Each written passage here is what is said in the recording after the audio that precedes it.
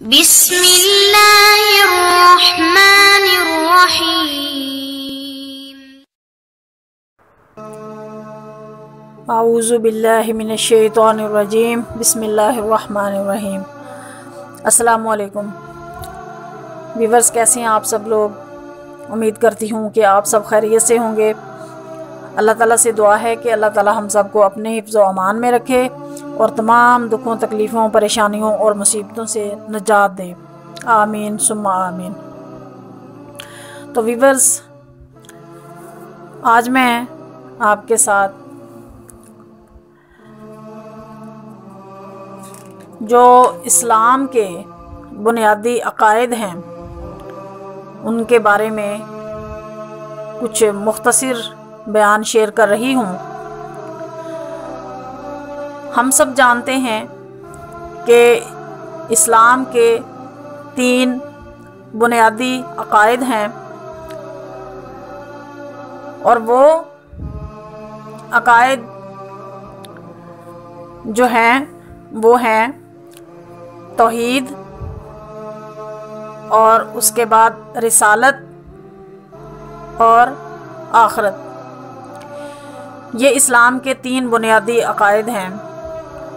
ان تینوں عقیدوں میں سے اگر ایک پر بھی مومن مسلمان ایمان نہ لائے، تینوں میں سے ایک کو بھی نہ مانے، ایک کو ماننے سے انکار کر دے، یا اس ایک کا بھی کچھ حصہ مانے اور کچھ نہ مانے، تو اس کے مومن ہونے پر شک ہوگا۔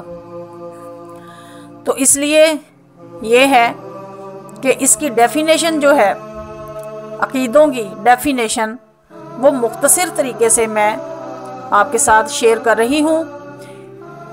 اصل میں مسئلہ یہ ہے کہ بہت سارے دنیا میں، پاکستان میں بھی اور پاکستان کے علاوہ اور ممالک میں بھی بہت سارے اس قسم کے جو فرقے پیدا ہو گئے ہیں۔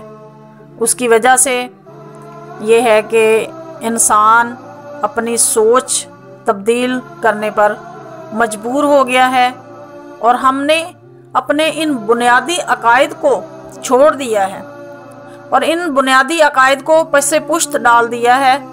مسئلہ یہ ہے کہ اگر ہم ان بنیادی عقائد کو پس پشت ڈال دیں گے، ہم ان کو چھوڑ دیں گے، ہم ان بنیادی عقائد کو بھول جائیں گے، تو کیا ہوگا کہ نئے نئے جو علماء کرام آ رہے ہیں، نئے نئے مسائل پیدا کر رہے ہیں، ان مسئلوں میں آ کے ہمارا ایمان جو ہے اس کے خراب ہونے کا اندیشہ ہے۔ تو کیا ہے کہ سب سے جو پہلی بنیاد ہے اسلام کی، اس کو وہ قرآن پاک ہے، اور اس کے بعد نبی پاک صلی اللہ علیہ وآلہ وسلم کی حدیث مبارکہ ہے۔ تو جو ان دونوں چیزوں کو، ان دونوں ہستیوں کو جو انسان مضبوطی سے تھام لے گا تو وہی اصل میں کامیاب ہے۔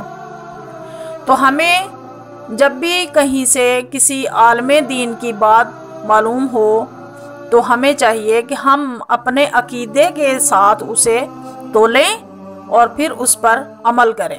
بس ایک سیدھی سی بات ہے کہ ہمیں اپنے عقیدوں کو ساتھ لے کر چلنا ہے۔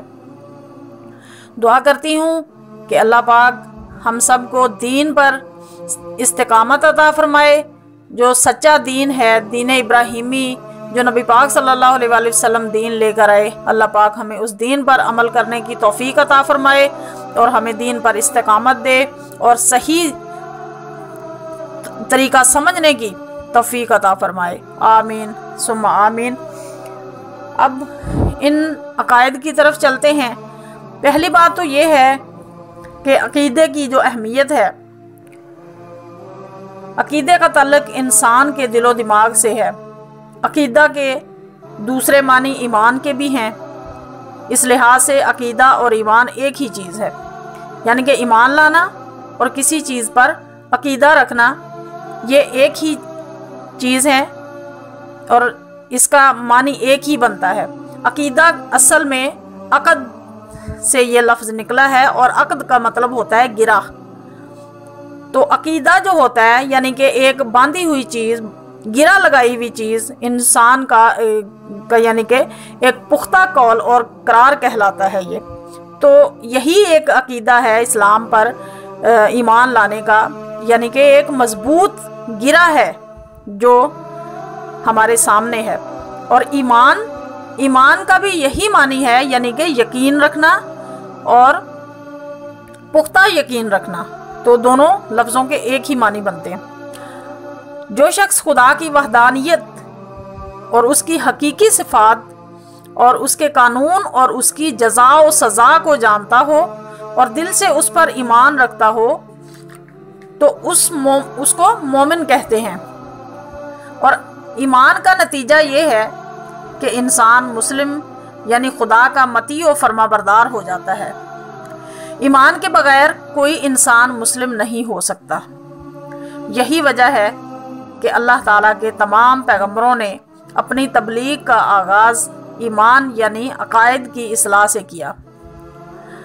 جناب رسالت مآب صلی اللہ علیہ وآلہ وسلم نے بھی جب مکہ مکرمہ میں خدا کا پیغام لوگوں تک پہنچانا شروع کیا تو سب سے پہلے ایمان یعنی عقائد کی اصلاح پر زور دیا، کیونکہ اگر عقائد کی اصلاح ہو جائے اور ان میں پختگی آ جائے تو پھر افعال و اعمال کی اصلاح خود بخود ہو جاتی ہے۔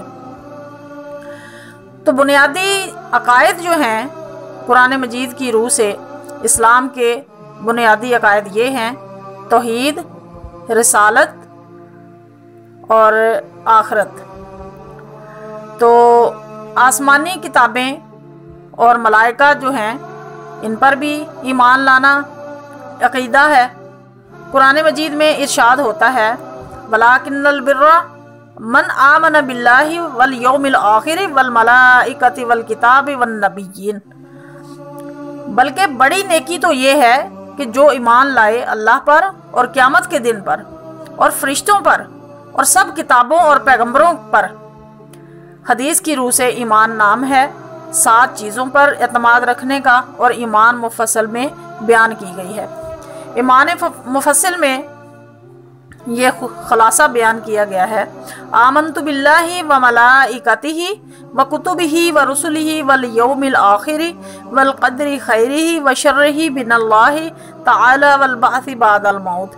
یعنی میں ایمان لایا اللہ پر، اس کے فرشتوں پر، اس کی کتابوں پر اور اس کے رسولوں پر اور قیامت کے دن پر، اور اس بات پر کہ ہر خیر و شر یعنی تقدیر اس کی قدرت اور علم سے ہے، اور موت کے بعد زندہ کیے جانے پر۔ تو ان تمام بنیادی عقائد، یہ ساری چیزیں تمام بنیادی عقائد میں آ جاتی ہیں۔ توحید کے معنی ہے ایک اللہ پر یقین رکھنا اور اس کے سچے دل سے احترام کرنا، اللہ تعالیٰ کا سچے دل سے احترام کرنا اور اس کی ہدایت کی روشنی میں زندگی کو ڈھالنا ہے۔ توحید اسلام کا بنیادی عقیدہ ہے۔ یہ وہ شمع ہے جس کی روشنی سے سیرت و کردار کے تمام گوشے جگمگا اٹھتے ہیں۔ اس میں پورا دین سمٹا ہوا ہے۔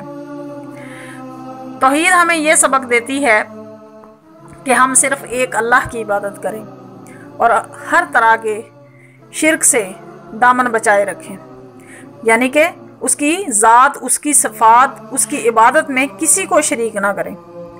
توحید سے انسان کے دل میں یہ احساس ابھرتا ہے کہ اللہ نے تمام کائنات میں سب سے افضل ٹھہرایا ہے اسے۔ چاند، ستارے، سورج اور تمام کائنات اسی کے لیے بنی ہے تاکہ یہ اس سے کام لے سکے اور اس کو مسخر کرے۔ اسلام نے شرک سے روکا ہے اور اس کو بہت بڑا ظلم قرار دیا ہے۔ شرک سے ذلت اور پستی کے جذبات ابھرتے ہیں۔ اس حقیقت کو قرآن مجید میں ان الفاظ میں بیان کیا گیا ہے: وَمَن يُشْرِكَ بِاللَّهِ فَكَأَنَّ مَا خَرَّ مِنَ السَّمَاءِ۔ جس نے اللہ کے ساتھ دوسروں کو شریک کیا وہ گویا آسمان کی بلندیوں سے گرا اور پستیوں میں آ کے اٹک گیا۔ ایک اور مقام پر ارشاد ہوتا ہے ان اللہ لا یغفر ان یشرک بہ ویغفر ما دون ذلک لمن یشاء، اللہ اس کو ہرگز معاف نہیں کرے گا جو اس کے ساتھ شریک ٹھہرائے گا، اور اس کے علاوہ جس نے جو گناہ چاہے گا بخش دے گا۔ تو یہاں پر علامہ اقبال کا ایک شعر ہے، یہ ایک سجدہ جسے تو گراں سمجھتا ہے، یہ ایک سجدہ جسے تو گراں سمجھتا ہے، ہزار سجدوں سے دیتا ہے آدمی کو نجات۔ عقیدہ توحید کی کیا اہمیت ہے اس کا پتہ اس بات سے چلتا ہے کہ حضرت آدم علیہ السلام سے لے کر حضرت حضور سرور کائنات صلی اللہ علیہ وآلہ وسلم تک جتنے پیغمبر آئے ان سب نے اس کی تلقین کی، اور اپنے اپنے زمانے میں بت پرستی اور شرک کی جتنی بھی صورتیں ہو سکتی تھیں ان سے انسانوں کو روکا اور کوشش کی کہ وہ اپنا رشتہ صرف اللہ تعالیٰ سے جوڑیں، اسی سے لول گئے اور اسی کو اپنی تمام مشکلات میں اپنا سہارا، حاجت روا اور مشکل کشا سمجھیں، اس پر دل کی گہرائیوں سے ایمان لائیں اور اس پر بھروسہ کریں۔ اسی طرح اللہ کو ماننے سے زندگی کو نئی روشنی ملتی ہے اور انسان نئے ولولے، نئے جوش، نئے جذبے سے آشنا ہوتا ہے۔ ہر نبی کی یہی تعلیم تھی، چنانچہ قرآن مجید میں بار بار ارشاد ہوتا ہے قَالَ يَا قَوْمِ اعْبُدُوا اللَّهَ مَا لَكُم مِّنْ إِلَٰهٍ غَيْرُ، یعنی کہ اس نے کہا کہ بھائیو خدا ہی کی عبادت کرو، اس کے سوا تمہارا کوئی معبود نہیں۔ اس کے بعد ہے تمام نبیوں پر ایمان لانا۔ تو جس کو حضور صلی اللہ علیہ وآلہ وسلم نے بار بار بیان کیا ہے وہ یہ عقیدہ تھا کہ اللہ تعالیٰ نے ہر زمانے میں اور ہر قوم میں اپنے پیغمبر اور رسول بھیجے تاکہ وہ لوگوں کو ہدایت کا پیغام پہنچائیں اور ان کو دین کی سیدھی راہ دکھائیں۔ مکے کے عرب اکثر نبوت اور رسالت کے وہ زیادہ تر جادوگروں اور کاہنوں پر اعتماد کرتے تھے، جنہوں نے حبل، لات، منات اور عزا جیسے بڑے بڑے بتوں کے متعلق عجیب و غریب افسانے تراش کیے۔ لوگ زیادہ تر انہی کی باتوں کو مانتے اور حضور صلی اللہ علیہ وآلہ وسلم کی نبوت اور رسالت کا مذاق اڑاتے تھے۔ یہودی صرف حضرت موسیٰ علیہ السلام اور ان پیغمبروں کو مانتے تھے جو ان سے پہلے گزرے ہیں، وہ نہ حضرت عیسیٰ علیہ السلام کو مانتے تھے اور نہ ہی حضور صلی اللہ علیہ وآلہ وسلم پر ایمان لانے کو تیار تھے۔ وہ اس غرور میں مبتلا رہتے تھے کہ ہم دنیا کی بہترین مخلوق ہیں۔ عیسائیوں میں یہ گمراہی پھیل گئی تھی کہ حضرت عیسیٰ علیہ السلام خدا کے بیٹے ہیں۔ غرض یہ لوگ اس حقیقت سے بے خبر تھے کہ اللہ تعالیٰ کی رحمت و بخشش نے انسانوں کی رہنمائی کے لیے خود ان میں سے ان حضرات کو دنیا میں بھیجا ہے جو کہ ان دلوں میں ایمان کی شمع روشن کریں، انہیں نیکی کا درس دیں اور برائیوں سے روکیں۔ یہ سب بزرگ ہستیاں یکساں احترام کے لائق ہیں، ان میں سے کسی ایک کا انکار سب کے انکار کے برابر ہے۔ نبوت کے بارے میں حضور صلی اللہ علیہ وآلہ وسلم نے 3 باتوں کی خصوصیت سے وضاحت فرمائی، یہ کہ رہنمائی اور ہدایت کا سرچشمہ خدا کے پیغمبر ہیں۔ یہ اللہ تعالیٰ کی عنایت ہے کہ اس نے جس طرح انسانوں کے لیے زندگی کی تمام تر ضروریات فراہم کی ہیں، اسی طرح اس کی روحانی تربیت کا بھی اہتمام کیا ہے۔ انبیاء کرام اگرچہ اپنی دینی اور علمی صلاحیتوں کے اعتبار سے تمام بنی نوع انسان سے افضل و برتر تھے، تاہم وہ انسان ہی تھے، یعنی ان میں سے کوئی بھی خدا کا بیٹا نہ تھا۔ سب اللہ کے نبی تھے، اللہ کے پیارے بندے تھے اور اس کی بندگی پر ان کو ناز تھا۔ یہ تو ہم لوگوں کے ذہن اس طرح کے تھے کہ ہم انسانوں میں سے بعض انسان گمراہی پر چلے اور انہوں نے خدا کے بیٹے بنا دیے اور فرشتوں کو خدا کی بیٹیاں کہنا شروع کر دیا، تو اپنے اپنے عقیدے اور اپنے اپنے جو ان کے یعنی کہ گمراہی والی سوچ تھی، انہوں نے اپنے اپنے باتوں کو اجاگر کرنا شروع کر دیا۔ بغیر کسی تفریق کے ان سب پر ایمان لانا اور سب کا احترام کرنا ہمارے لیے ضروری ہے، اس لیے کہ ان سب کو اللہ تعالیٰ ہی نے رسول بنا کر بھیجا اور مبعوث فرمایا۔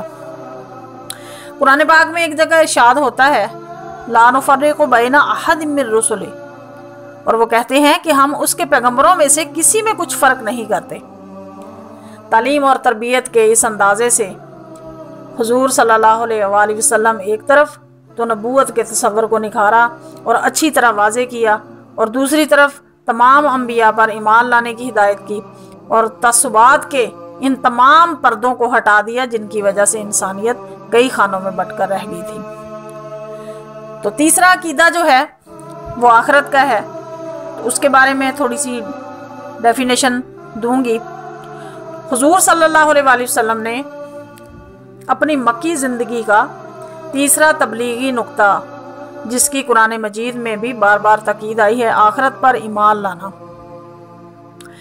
چنانچہ قرآن پاک میں ارشاد ہوتا ہے وَبِالْآخِرَةِ هُمْ يُوقِنُونَ، یعنی جو آخرت پر یقین رکھتے ہیں۔ بات یہ ہے کہ ایک تو تمام مذاہب پہلے جو تھے ان کا آخرت کے بارے میں تصور ناقص تھا، دوسرے اربوں میں ایسے لوگوں کی کثرت تھی جو سرے سے آخرت کے قائل ہی نہیں تھے، اور چنانچہ جب بھی حضور صلی اللہ علیہ وآلہ وسلم آخرت کی بات کرتے اور ان سے کہتے کہ تمہیں اللہ تعالیٰ کے سامنے پیش ہونا اور اپنے اعمال کی جواب دہی کرنی ہے، تو وہ چونک جاتے اور تعجب سے پوچھنے لگتے کہ کیا ایسا ہو سکتا ہے کہ گلی سڑی ہڈیاں پھر سے زندہ ہو جائیں۔ یہ پہلے سپارے میں ارشاد ہوتا ہے۔ تیسری اہم وجہ جس سے آخرت پر ایمان لانے کی ضرورت واضح ہوتی ہے یہ تھی کہ اس کو جانے بغیر نہ تو زندگی کی قدر و قیمت کا صحیح اندازہ ہوتا ہے اور نہ ہی ذمہ داری کا احساس ہی دلوں میں ابھرتا ہے۔ آخرت کے متعلق جن جن چیزوں پر ایمان لانا ضروری ہے وہ یہ ہیں۔ نمبر ایک دن اللہ تعالیٰ تمام عالم اور اس کی مخلوقات کو ہٹا دے گا، اس دن کا نام قیامت ہے۔ نمبر 2، پھر وہ سب کو ایک زندگی دوسری بخشے گا اور سب اللہ کے سامنے حاضر ہوں گے، اس کو حشر کہتے ہیں۔ نمبر 3، تمام لوگوں نے اپنی دنیاوی زندگی میں جو کچھ بھی کیا ہے اس کا پورا نامہ اعمال خدا کی عدالت میں پیش ہونا ہے، اس میں کوئی شک نہیں۔ اور نمبر 4 ہے اللہ تعالیٰ ہر شخص کے اچھے اور برے اعمال وزن فرمائے گا، جس کی بھلائی خدا کی میزان میں برائی سے زیادہ وزنی ہوگی اس کو بخش دے گا، اور جس کی برائی کا پلہ بھاری رہے گا اسے سزا دے گا۔ اللہ پاک غفور الرحیم ہے، چاہے تو وہ بغیر حساب کتاب کیے بھی جنت میں بھیج دے۔ نمبر 5، جن لوگوں کی بخشش ہو جائے گی وہ جنت میں جائیں گے، اور جن کو سزا دی جائے گی وہ دوزخ میں جائیں گے۔ آخرت پر ایمان لانے سے ایک تو فائدہ یہ ہے کہ زندگی میں ذمہ داری اور پاکیزگی کا احساس پیدا ہوتا ہے، دوسرے اس مایوسی کا خاتمہ ہوتا ہے کہ زندگی بس اتنی سی ہے کہ موت آئی اور سب کیا دھرا خاک میں مل گیا۔ تو انسان ہر وقت اسی تگ و دو میں چلنے کی کوشش میں لگا رہتا ہے کہ کہیں نہ کہیں سے موت ٹل جائے، کہیں نہ کہیں سے موت ٹل جائے اور ہم ہمیشہ اسی زندگی میں اسی دنیا میں ہی رہیں۔ جب ہمارے سامنے کسی کی موت ہوتی ہے تو بجائے عبرت حاصل کرنے کے ہمارے ذہن میں یہ ہوتا ہے کہ بس یہ مر گیا ہے، ہماری موت تو آنی نہیں ہے۔ اگر ہمیں اپنی موت کی فکر ہو تو ہم ضرور اپنی موت میں ساتھ لے جانے کے لیے جو سامان ہے اسے ہم تیار کریں۔ تو یہاں پر میر تقی کا ایک شعر ہے، موت زندگی کا ایک وقفہ ہے، یعنی آگے چلیں گے دم لے کر۔ علامہ اقبال صاحب نے اس کی کچھ یوں وضاحت کی ہے، موت کو سمجھے ہیں غافل اختتام زندگی، موت کو سمجھے ہیں غافل اختتام زندگی، ہے یہ شام زندگی صبح دوام زندگی۔ تو ہمیں چاہیے کہ ہمیں یہ جو ہمارا زندگیوں کا آخری دور چل رہا ہے، یعنی کہ قیامت قریب ہے، تو ہماری موت تو قیامت سے پہلے آنی ہے، تو ہمیں چاہیے کہ ہم ہر وقت اپنے موت کی تیاری میں لگے رہیں۔ تو ہمیں چاہیے کہ ہم اپنے رب کے ساتھ رجوع کریں۔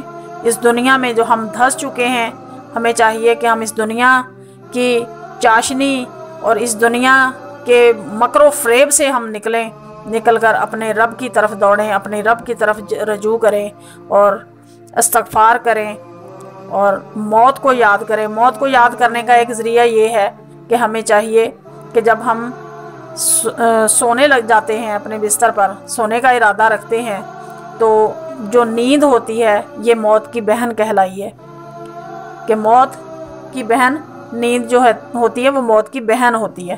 تو جب ہم وہ عارضی طور پر اس چھوٹی موت کو لے کر ہم سونے کا ارادہ رکھتے ہیں تو ہمیں سوتے وقت کی دعا پڑھ لینی چاہیے۔